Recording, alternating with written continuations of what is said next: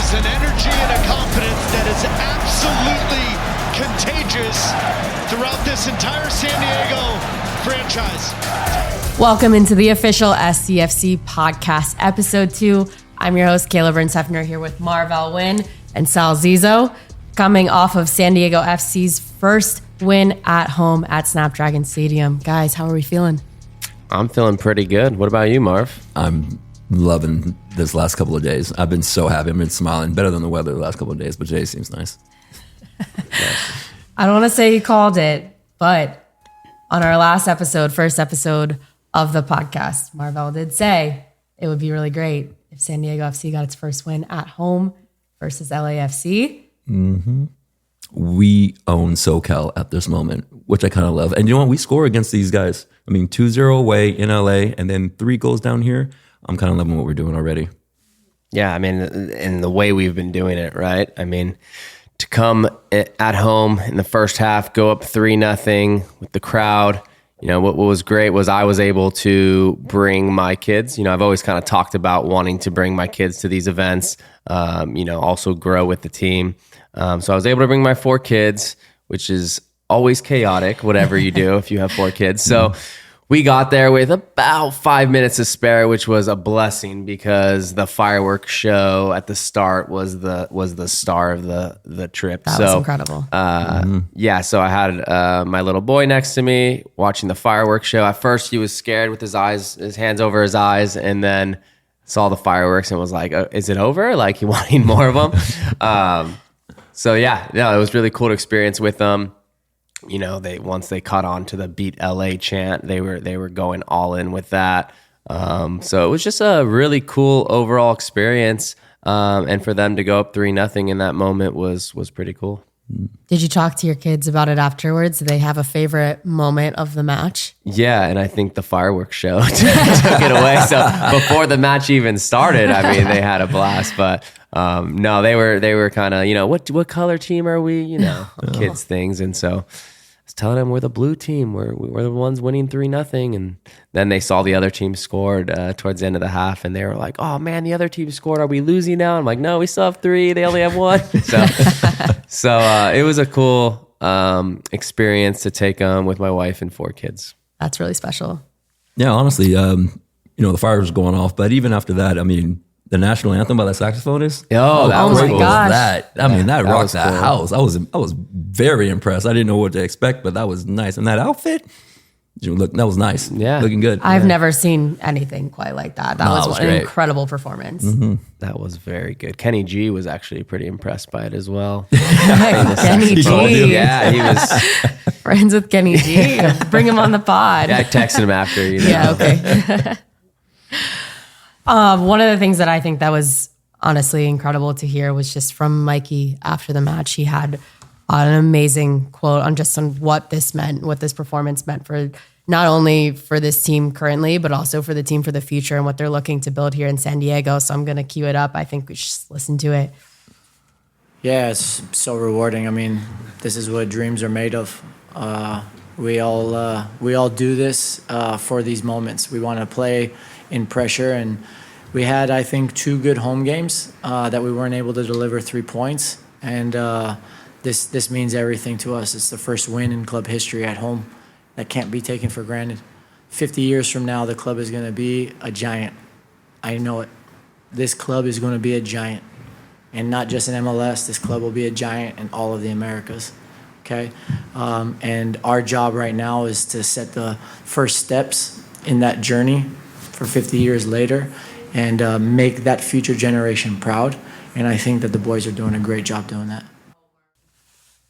Yeah, I mean, there's so much there in that minute-long little post-match press conference there. But what stuck out to me there is how he said this club is going to be a giant, and I completely agree. I mean, not only the trajectory of soccer, globally, obviously, has always been there, but in America especially, like it's just MLS is just consistently growing every year, and I do think 50 years from now, soccer will be the biggest sport, in this country. So when he says that, it resonates with me, and I completely agree that they're having And we are having, as a club, an amazing start to the season, right? And so there's always going to be lots of first, and with that being the first club win at home, it just means a lot, and it kind of lets you, reflect on these little moments and think about 50 years from now how big that's going to be. And it's cool to just,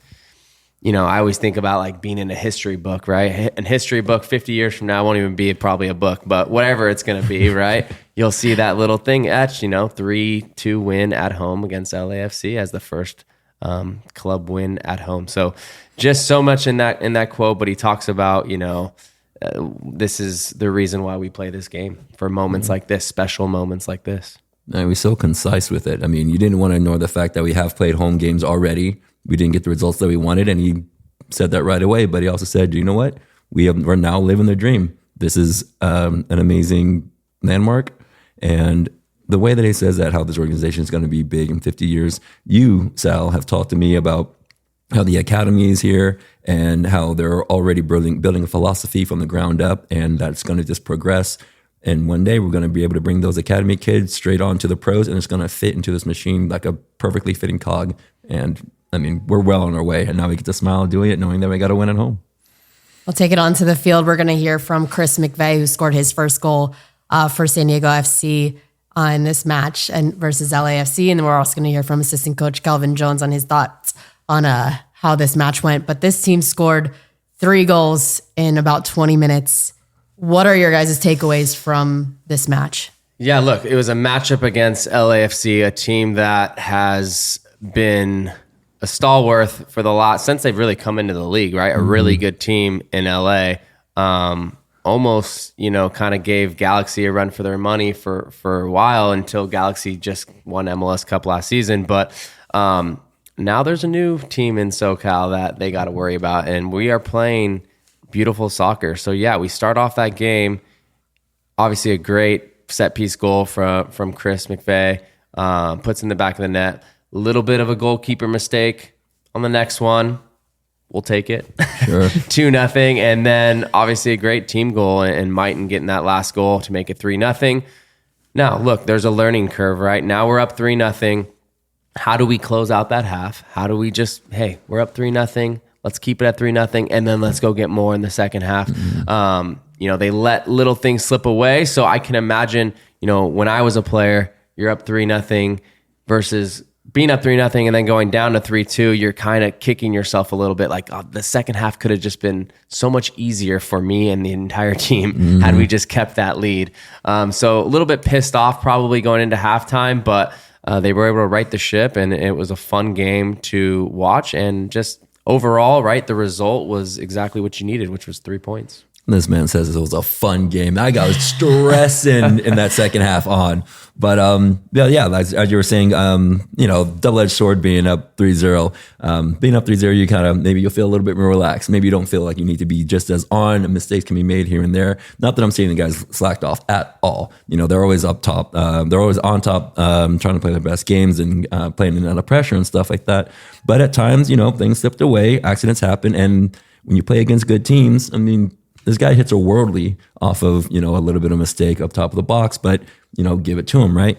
Then after that, we tried just booting the ball out, which isn't really our style, and they came and they punished us. So as Frank was saying, and I've heard Mikey say, that every single game is a learning experience. So there was a lot to learn from this game. It's a tale of two halves. The first 40 minutes for us was on point.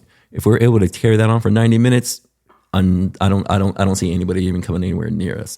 But at the same time, we know that there were some things that we need to work on in the back, but everything's looking up, in my opinion. Yeah. So I think we're looking good. I mean, look, it's performing well and getting results at the end of the day is kind of what it's about. And especially for a team like this, I think it's more so about how do we look on the field, right? Less about the results. How are we looking? How are we competing as a whole, right? Because not every game is going to go your way. Not every bounce is going to go your way, but are you doing it enough throughout the course of an entire season?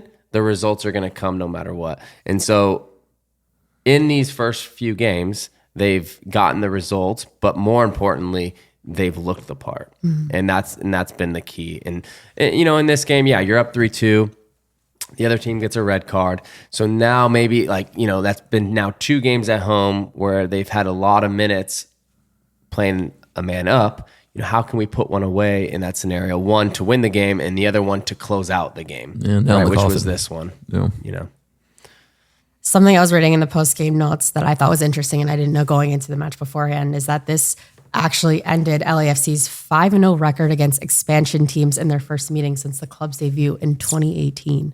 I did not know that, but it just goes to show you, a team like LAFC, if you're an expansion team, maybe they kind of catch you off guard because they're such a good team. They can beat you in so many different ways. They've had a lot of star power in the past, big name players, and so I can see them taking advantage of teams that are new to the league, maybe are a little bit not starstruck, but hey, we're playing a big time team. And maybe they get nervous or whatever, right? Fold under the pressure, you could say. But that's never been what San Diego has showed in these games because they've constantly stepped up to every task. Yeah, we've already gotten the second longest unbeaten streak, going 4 games, not having a loss for an expansion side. And the way that we're performing just on the pitch and the way that we're playing, we don't feel like an expansion side. These players don't feel like they've only been together for a couple of months. This whole organization and the way everyone's performing and togetherness seems like a collective mentality that has been together for years. And that is absolutely something to look forward to. This team is in my mind, this team is playing the worst that they're ever going to play. They're only going to get better from here with the possession, the amount of goals that they're scoring. So the sky's the limit on what's going to happen with this team. Yeah, and I agree with you. I mean, obviously, throughout the course of a season, there will be step backs. For sure. Obviously, step backs. Hopefully, not in the performance part, but as I said, the results might not always come through. There might be a few games where, hey, we actually played pretty well, but they scored their 2 chances and we missed our 6 chances. Something like that. So the ball's not always going to bounce their way, but. Again, as I said, if you just keep taking care, which I feel like everybody we talk to within this organization has said, we're putting it on our terms. We're deciding, we're dictating every game, whether it's home, whether it's away, whether whatever, right? Neutral sites, doesn't matter. We're going to put the game on our terms. And so when you're able to do that, you control your own destiny more so than if you just go to the road game and say, all right, we're just giving up possession. We're not going to have the ball on the road, right? Now they're saying, hey, we're going to play our style no matter where we go. And when you do that over the course of 38 games, the results are going to be there, the playoffs are going to be there, and then hopefully beyond that. We're going to talk to man of the match and MLS team of the match day player, Chris McVey, about his contributions to Saturday's win over LAFC. As the official specialty insurance partner of San Diego FC, Palomar offers standalone earthquake insurance that protects property and peace of mind. It's crucial to be prepared. Visit PLMR.com or contact your insurance agent for a quote. Palomar, reimagining specialty insurance with innovative, creative solutions. Hey everybody, this is Darren Smith. I host a radio show called SDFC Midweek Live. You can hear it Wednesday nights, 6 o'clock. On San Diego Sports 760 and anytime on the iHeartRadio app. Join me, Adrian Garcia Marquez, Warren Barton, SDFC players and staff. It's the only hour on local radio dedicated 100% to San Diego Football Club and the beautiful game. First, we have a new sponsor for the pod today. Can you read this off? As soon as you can. The what? Can you read this off? We have a new pod sponsor. Oh, okay. From all of it, or just just start from the top and read it on down. And now a word into the mic. Okay. And now a word from our sponsor, Swedish Fish. Those red, chewy, fish-shaped objects. What are they? Nobody knows. They taste like red, and they're shaped like fish. But are they fish? Are they red? Are they even chewy? These are the questions that keep me up at night. They just exist, like tiny red existential crisis you can chew on. Swedish Fish, the snack that makes you question everything, especially why. Good job. Yeah. We got their sponsorship specifically for you. Okay, Swedish Fish. Okay. I don't know if I've ever really. Have you heard of the holiday April Fools for America?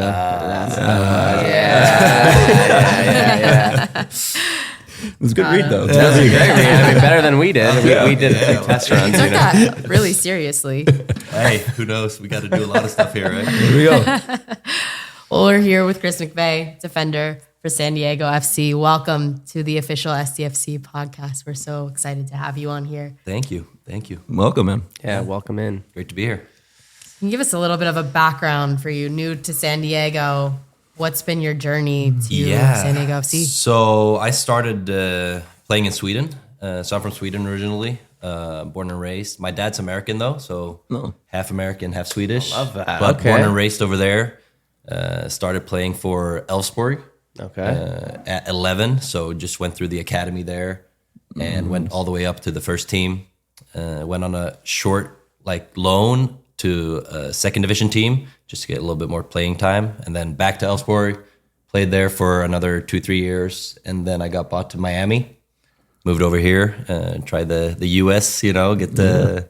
I think my dad was happy about that, Absolutely. go those routes a little bit, and then I played in Miami for 2 years, then up to DC, and then over here now. So Awesome. Where's your dad from? he's from Indiana, so Midwest. There we go. Did you go to IU?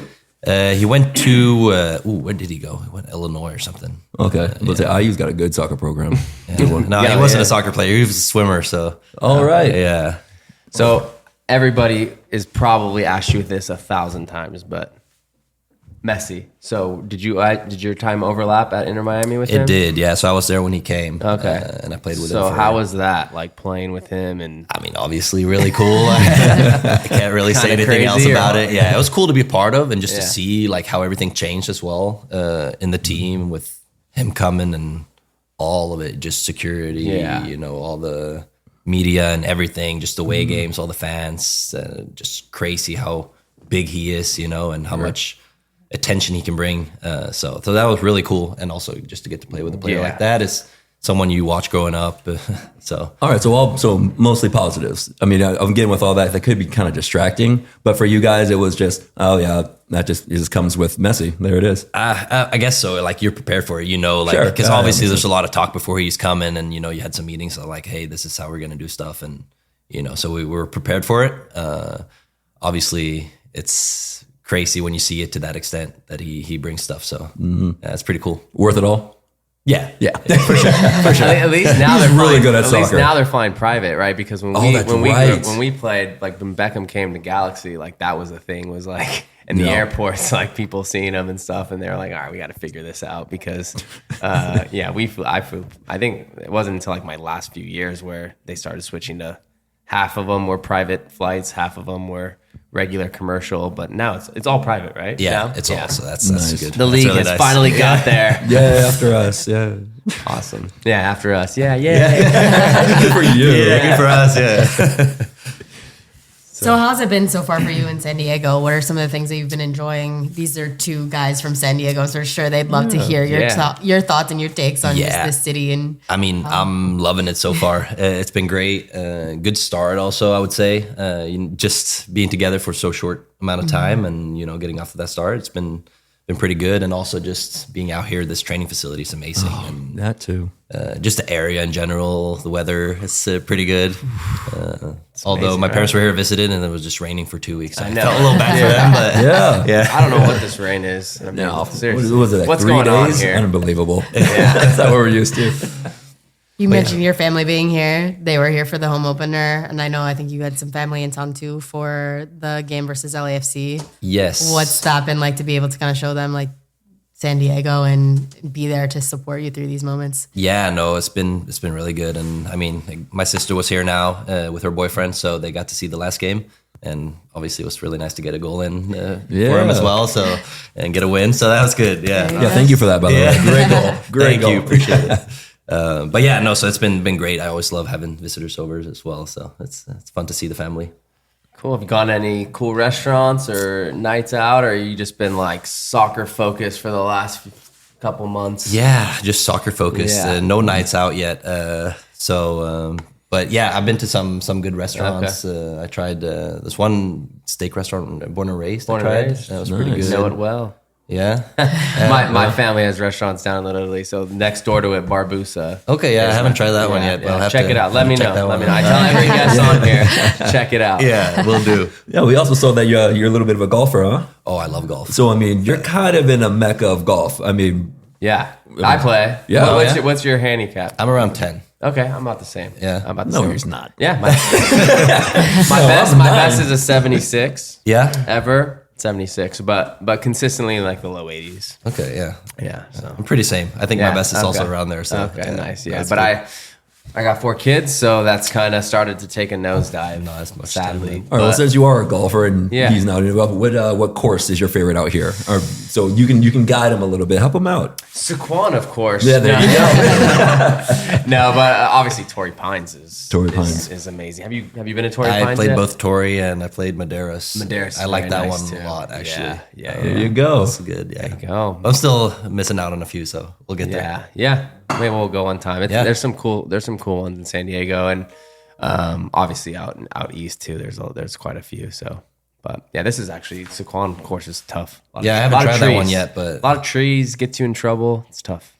You've I'll have to golfed try with some of the guys on the team. Yeah. Yeah? Jacob and Patty. Nice. Been playing nice. a little bit, so. How's that like to be able to kind of do that with them some time off the field? That's really good. I just Yeah. wish there were a little bit more players because Yeah. if they're not available, you're like, okay, like who do I go with, you know? But Then you're like Marv going to games by yourself. And Will you leave me alone? Look, my mom was sick.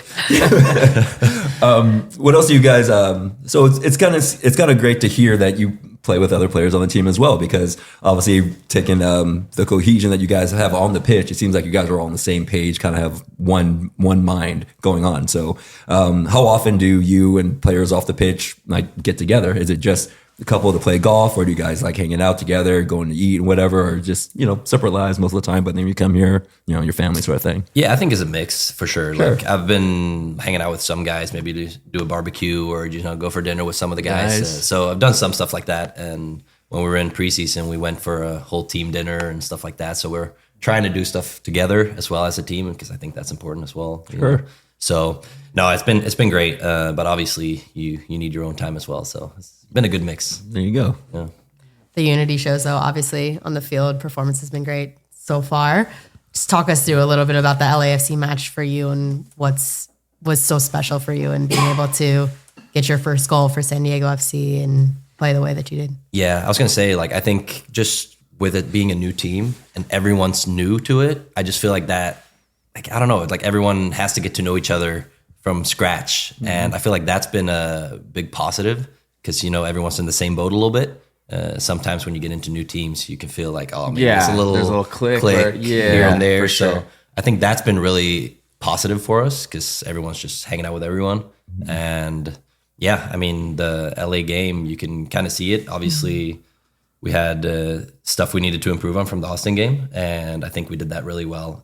So, just for me personally, I had stuff that I needed to improve on, do a little bit better and stuff, and I felt like I did that really good in the game. So it was nice to get the recognition for it as well, and also, get a goal in as well. I've been working on it, so it's fun that it finally came. Yeah, and being one of the, I think, 4 players that have played all 90 for all the games, do you see it upon yourself to become a leader on the pitch? I mean, obviously in the center back position as well, you can see the game, right? So do you think being back there, it's upon you to kind of construct people where to go, like you kind of take charge, kind of authority, and you make sure you dictate the way the game goes, or do you think everybody just kind of knows where to be already automatically? No, I think a mix for sure. I think everyone needs to know a little bit what they need to be doing, but then definitely help each other out. And I think me as a center back, I see a lot of the pitch and what's going on. So I always try to, at least the guys close to me, around me,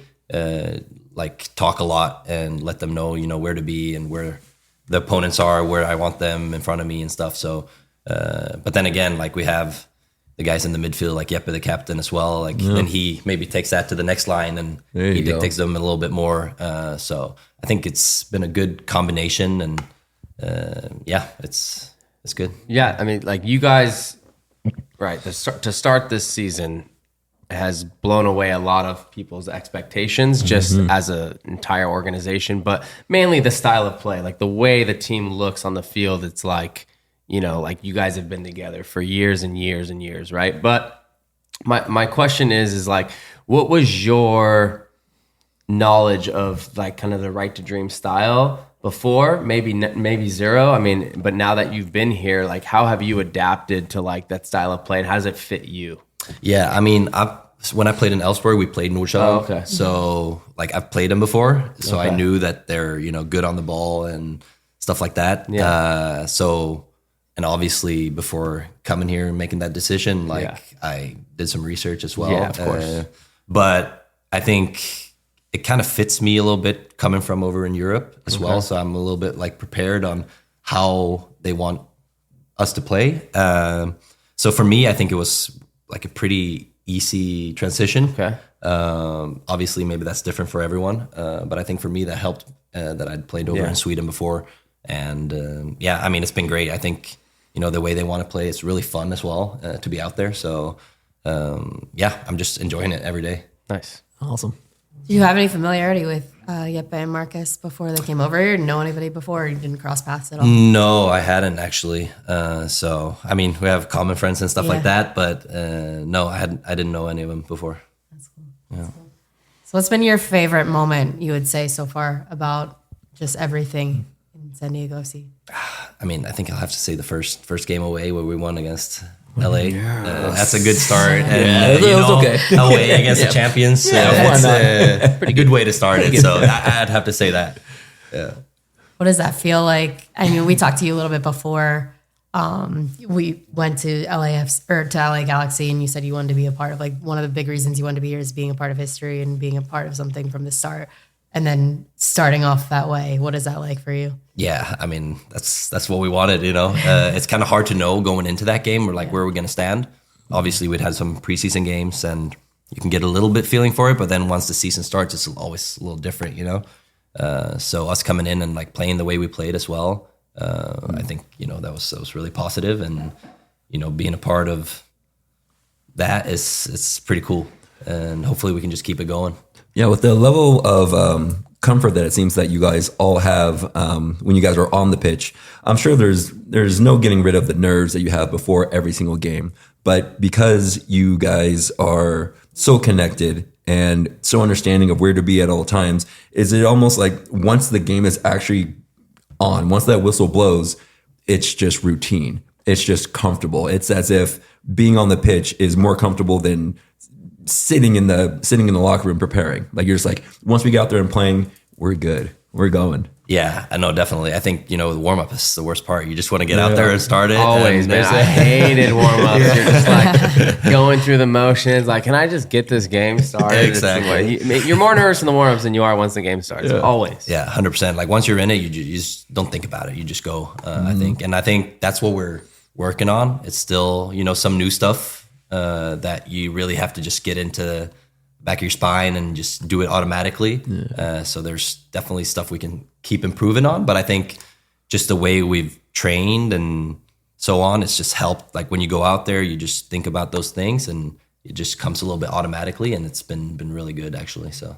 And you said it's been fun to play. So you go out there and you're comfortable, but there's never a feeling of, okay, we're done. Okay, we're set. Okay, this is us now. There's no need to improve. We just got to keep doing the same things. So every single day in practice, every single game, there's little things that you yourself believe you want to improve on, as well as the team in general. Yeah, no, 100%. And I think that's the thing. Like, we can always get better. There's moments here and there that might not be good.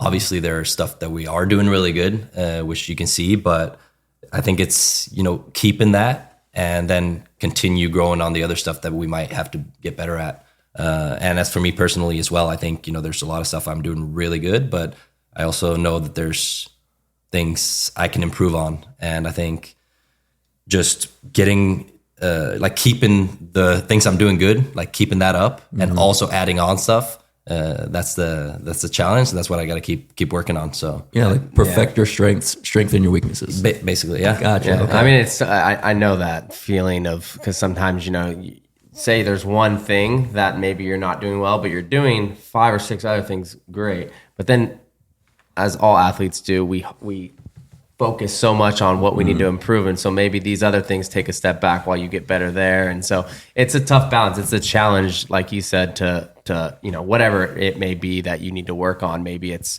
there's guys, you guys play a high line, right? So now you guys are on the front foot, and obviously a game like Austin, right? Where it was like guys were countering you guys and kind of exposed a little bit of a way that can, pierce SDFC's way of playing, right? So is that specifically kind of something you guys... You're like right on point there, and I think that's something we talked about for the LA game. Yeah. And I had that talk with my agent as well. Yeah. I was just like, okay, well, we know what we're doing wrong. It's an easy fix, it's just now we got to do it. Yeah. And then we go out against LA and, we did it. So, Yeah. but it's also like doing that consistently every week and not getting caught and stuff. Yeah, so because right now you got Jordan Morris to worry about because he's going to be running in behind. It's just week after week. But then, the other things of now you still got to play out the back, and it's never ending. And that's what I think for some of the viewers, it's just a constant challenge for these guys to constantly have to, fix the issues, but also keep the rest of their things, at a high standard. So, yeah. You were honored with man of the match after the Hey-o. LAFC win. We have a question. Where is the mask right now? Ooh, it's at home in an apartment. Yeah, I have it there on the table. So Is that one that you'll hang on to for a while? Yeah, I'll probably keep it that around. moment, Yeah. yeah. I don't know really what I'll do with it, but What is It'll that be like there. to be able to kind of share that moment with the fans, and just what have you seen from the fan support? I know you've been around with them in a lot of events and everything. Just what that's like for you. yeah, I think the fans here have been amazing. I thought when I went out to warm up though last game, I was like, oh, like where is everyone? It's a little bit more San Diego, the other games. give it some time. Exactly, to roll but in. then like the game started, and you're like, oh wow, like it's Yeah. packed. So that's been awesome, and they've been really great. We were kind of talking about it just like after your goal, and after all three goals that were scored towards the sports section, it was the loudest we'd heard that stadium. Yeah. It was incredible atmosphere. Just what does that mean to you? Just kind of hear that. Do you feel that from your side? Yeah, I mean, that's awesome, and that's what you want as well. You get a lot of energy from it, and obviously scoring by them, go there and celebrate the whole team. You can kind of feed off that energy as well and keep going, so it's great. We also seen your family. Have you seen the clip of your parents at Yeah, I saw that. the away match, party? So what is that like? What were their experiences with being able to interact with the fans and feeling the support that you have here? Yeah, that was funny because I got a video from them first. They were there dancing with the fans, and they shared a table with them. I didn't know they got interviewed until after it came out. So Yeah. they didn't tell me about it. That's what it sounds like. My parents kind of like super into it. They seem like lovely people, but it seems like they're loving it here, loving that their son is playing for this club. So that's pretty cool to see. Yeah, no, that's awesome. Yeah. Awesome. Well, that's all we have for you. Thank you so much for Awesome, joining the yeah. podcast. We Thank you, appreciate man. your time. Thanks for having me, Yeah, guys. good on, luck. Chris. Keep it going. Appreciate it. Yeah, keep it going. Next up, we've got our match preview presented by Alaska Airlines. Become a season ticket member with San Diego FC and never miss a moment with guaranteed access to all home matches. Membership starts at just $40 per match, and you get the best value with amazing benefits. Visit San Diego FC/memberships to learn more. Marv actually has season tickets, so that's something you can. True. 2 of them. If anybody has somebody that just wants to go with me, let me know. Because my mom keeps bailing. All right, welcome in Kelvin Jones, assistant coach for San Diego FC. Welcome to the podcast. This is our second episode. We're so excited to have you here. Wow, great. Thanks for having me. So we'd love to hear a little bit of a background, just kind of your journey on how you got here to San Diego FC. Yeah. How much time you got?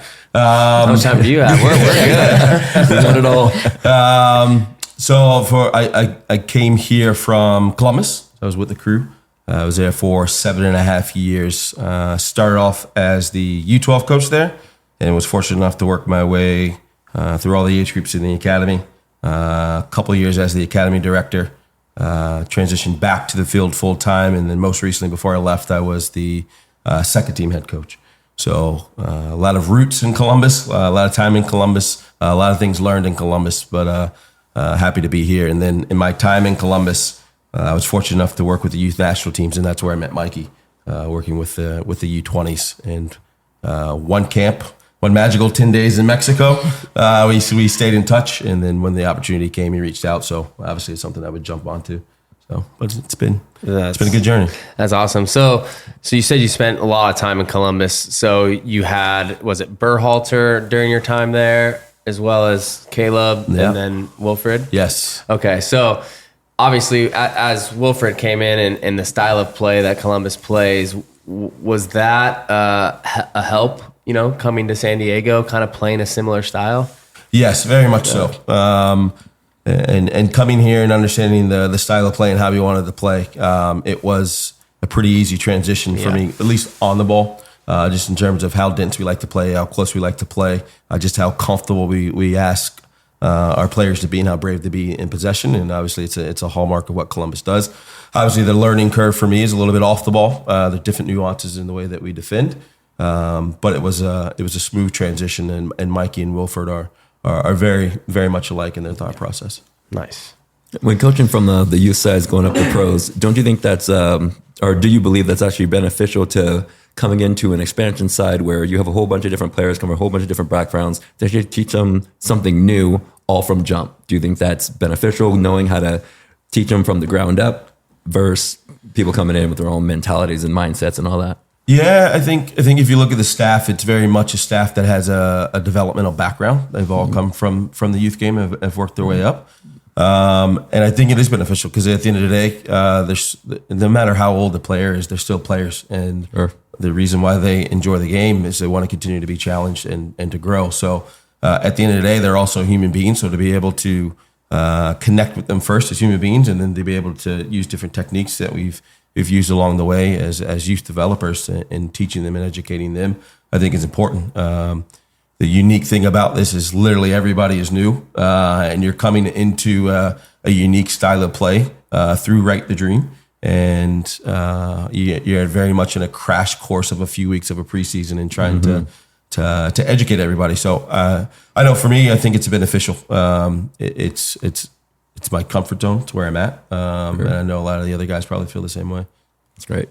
We've been recapping LAFC. I'd love to hear from you, your thoughts on just how that match went from your perspective. I think from everybody's perspective, it was quite entertaining, nerve-wracking and all those things. But I think at the foremost is, we talked about it all week, it's just making it a bounce-back win. We're probably somewhat disappointed in the result in Austin, just in terms of some of the effort that we know that we can be better at. But then a hallmark of good teams are to be able to bounce back. So that was the kind of the rallying cry of the week. And then you go into LAFC, that is historically a very good team, and they are set up in the way that they attack that is quite difficult for us and a challenge for us. So to come out the way that we did in those first 15, 20, 30, 40 minutes, and I think to be pretty dominant in the way that we want to play was quite exciting. But then you've got two good football teams, and those 8 minutes of lapse kind of changed the game. But credit to the group. I think they stood fast, and everyone's quite nervous and anxious to get that first home win. And then you probably look at the second half and some of the times that we probably could have killed the game off. I think guys are wanting to go and get more, but that's we always said from the beginning we want to play exciting football and score goals, and so far we've done that, I think. Yeah. No, so we've all been in games, right, where you're beating a team 3-0 and it looks like it's going to be more, and then all of a sudden they get 2 goals at the end of the half. What was kind of the message at halftime? Because going in 3-0 is completely different than giving up 2 goals right before half. So was it, hey, what are we doing the last 5 minutes, or was it, hey, we need to continue to do the same, it'll come? Yeah, I think the reality of it, and what we've been talking about the group a lot, period, is recognizing the moment. It was a moment. It was 8 minutes that weren't typical of us, and that's football. You're not going to play every game perfect. It's recognizing the moment, how you felt in that moment, but getting back to that previous 40 minutes. Yeah. Get back to what that made us successful. And I think the 15 minutes at halftime and taking the wind out of the sails and decompressing and really refocusing the group, like, guys, we were really good in those first 40 minutes. Get back to that. Yeah. Play the way that we can play, that we know we want to play, and let's calm the game back down. So it's like this LAFC game was a game of bounce backs. whether a bounce back against Austin and then a bounce back going into the second half. So in that aspect, the way things were going, do you tell the guys go straight back to that 40 minutes, or is it they're coming at us a little differently, so we have to switch things up a little bit, or is it we do what we did right in the very beginning, stick to it, we know what we do, we know how we train, and we know how it's going to be effective. We got to stick to our guns. We know what works. Yeah, I think it's the latter of that. We're brave in the way that we want to play. We have a clear identity of what we want to try to do, and I think so far it's been clear that it's successful against a variety of teams in the league. So first and foremost is always getting back to the way that we want to play and the principles by which we play. To the other side of the field, there's always the opponent, and they're trying to do something. So we feel comfortable enough that we are able to adapt in different situations. And I think that comes to tactics of what you're trying to do. And again, I think over the course of these few games that we've shown that we're able to adapt and to address the issues of the game that happen. 100%. Looking ahead to Seattle Sounders this weekend, what are you kind of prepping for? What is the message to the team for this match? Yeah, this one is you come off a loss, you're trying to bounce back. I think other hallmarks of good teams as well is you start a win streak. The goal is to put back and forth 2 good games. We got our first home match, first home win. Now can you make it 2 in a row? That's the goal. And I think you look at the opponents over the last few match weeks. We've played 3 of the last 4 MLS Cup champions. So no better way to start off your season against top competition. And that's what Seattle is. Perennially a very good team that we know is going to be difficult. A mature team, probably the most mature together team in the league, just in terms of guys that have been playing together for a while in a set style of play. So we know it's football. There are going to be moments where we will play the way that we want to play. There are going to be moments where we know that a team like Seattle will be successful and give us moments, but we have to make sure that we are, again, to what you said, Marvell, steadfast in the way that we want to play and being proactive in the game.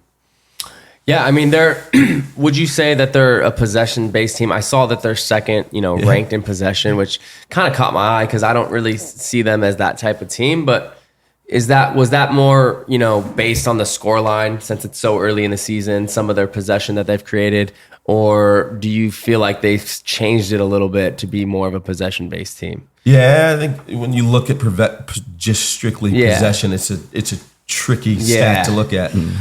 There's different types of possession. There's possession just to keep the ball. Also, possession is based on the opposition. Are they just sitting back and allowing you to have the ball? And I think if you look at some of their opponents over the last few weeks, is they probably sat a little bit deeper and allowed them to have the ball. That makes sense. The flip side of that as well is there's possession. Not to say they don't have possession with a purpose, but being really proactive in the possession and attracting pressure and creating overloads and creating opportunities to break through and score, which I think we try to do. So if you look at them, you say it's kind of surprising. If you're looking in terms of a possession team like we are, or maybe a Columbus, but possession does tell you a stat that they're comfortable on the ball. They've got good players that are on and around the ball, and they have a clear idea of what they're trying to play. So you still have to be mindful that at any given moment they can be dangerous. Yeah, because in my head, I'm like, when you think of Seattle, you're like, okay, I just picture like Jordan Morris just running in behind, like going, I don't really see them like as a build-up type team, but that makes sense. Yeah, it's actually great that you brought that up. So I was going to say, in the training building up to the game, is there more of a focus on balls that are being played in the back? So I know we are very good in possession. Like that is our game. Like we are just running things. But in terms of them and their attack, is it more of a way to defend differently against players that want to go in behind, or stick to the same guns again? Yeah, I think you come out and watch training or just sit in the coach's room, it's always about us. There's very little time throughout the week, or there's a certain moment in the week where we'll really start to address the opponent. But it's really about us. Now you're going to sprinkle in a little bit more tactics in terms of if there's like LAFC, for instance, Boanga and the wingers, they're quite good in isolation. Sure, yeah. So how do we in our style address that? So it's still, the focus is still very much on us, while you're also addressing the opposition. So it's never us, this is what LA is going to do, this is what we're going to do. It's like, no, this is how we play in this style to be able to combat a team that plays this way. And then obviously as you get closer to the end of the week, you start to game plan a little bit more than the tactics of what we try to do come in. Do you position somebody a little bit higher, a little bit lower? Do you position them a little bit wider to be able to take spaces away? That is the tactics that come in at the end of the week. based on your opposition. Love that. Thank you so much for the time. We appreciate it. Yeah, absolutely. No problem. Thanks for coming. Anytime. I kind of like how their mentality involves coaching and teaching. I know that might sound a little bit different, but as different than like managing, telling where you're going on the field versus this is what we want you to play like, and this is how you do it. So then in the same process that they're learning, it's also more fun. It's almost like every single practice is like like doing homework, and then a game is a test. You know, you're more excited for the test when you're more prepared. So that's kind of makes a whole bunch of sense when you see them out there all on the same page and all that stuff. So it's kind of great hearing those kind of insights. Seattle Sounders this Saturday, 7:30 p.m. kickoff. Guys, what are your thoughts? Yeah, another tough test. Obviously, Brian Schmetzer, head coach, been there a very long time. Great leader for that team, especially in the playoffs. He knows how to win tough games. So it'll be a tough test, right? But again, and we keep harping on it, or at least I do, San Diego is going to play their way. Mm-hmm. And so Seattle is going to have to adapt to that. And one thing I have noticed that teams are going to struggle with is that if they've never played against San Diego, it's that much harder to prepare for it. If they've never felt what it feels like, it's going to be that much harder. And I take that back to when I was a player with Red Bull.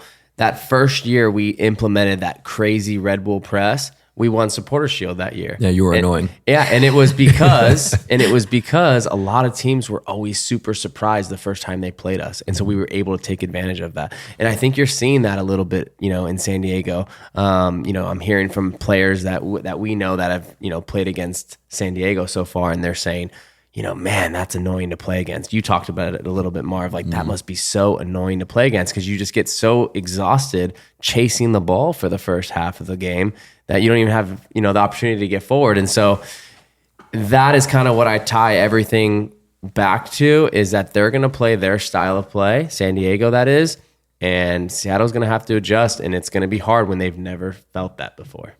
And it's going to be even more annoying when they've already seen 5 or 6 matches, looking back like, okay, so this is what they do.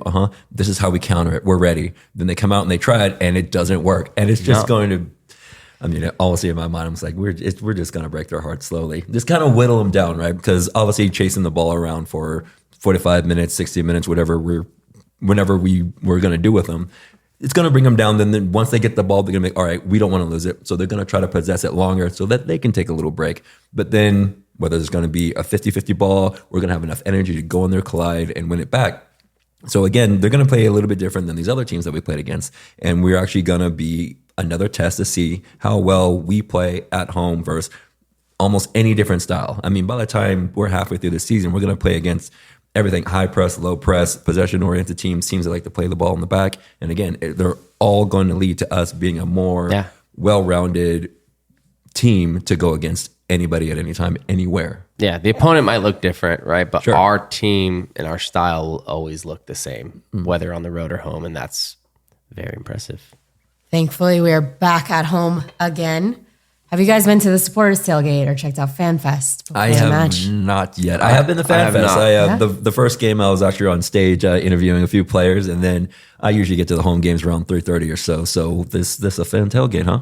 Yeah, well, FanFest opens up at 3:30. I know Marvell is very aware of that. It's great activations, a really good opportunity to bring the family out, have some fun experiences there. But the supporters tailgate happens down that purple lot. It is an experience like no other. There's amazing food, music, fun.